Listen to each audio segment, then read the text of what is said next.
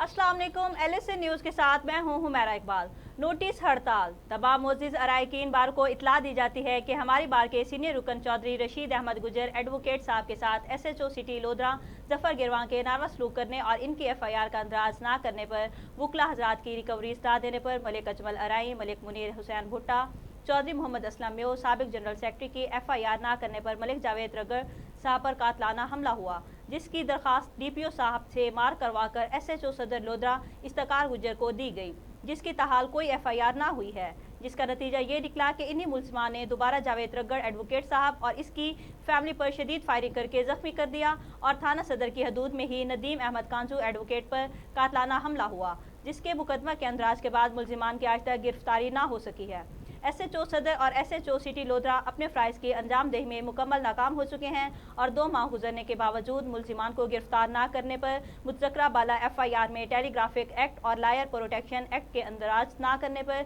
DSP lodhra महर इसहाक सियाल की मुतज़क्करा बाला मामलात में अदम दिलचस्पी की बिना पर DPO लोधरा से अपने मुतालबात की मंजूरी का मुतालबा करती है और फौरी तौर पर दोनों SHOs को मुअत्तल किया जाए और पुलिस का दाखिला मुतालबात की मंजूरी तक डिस्ट्रिक्ट कम्प्लेक्स में बंद होगा।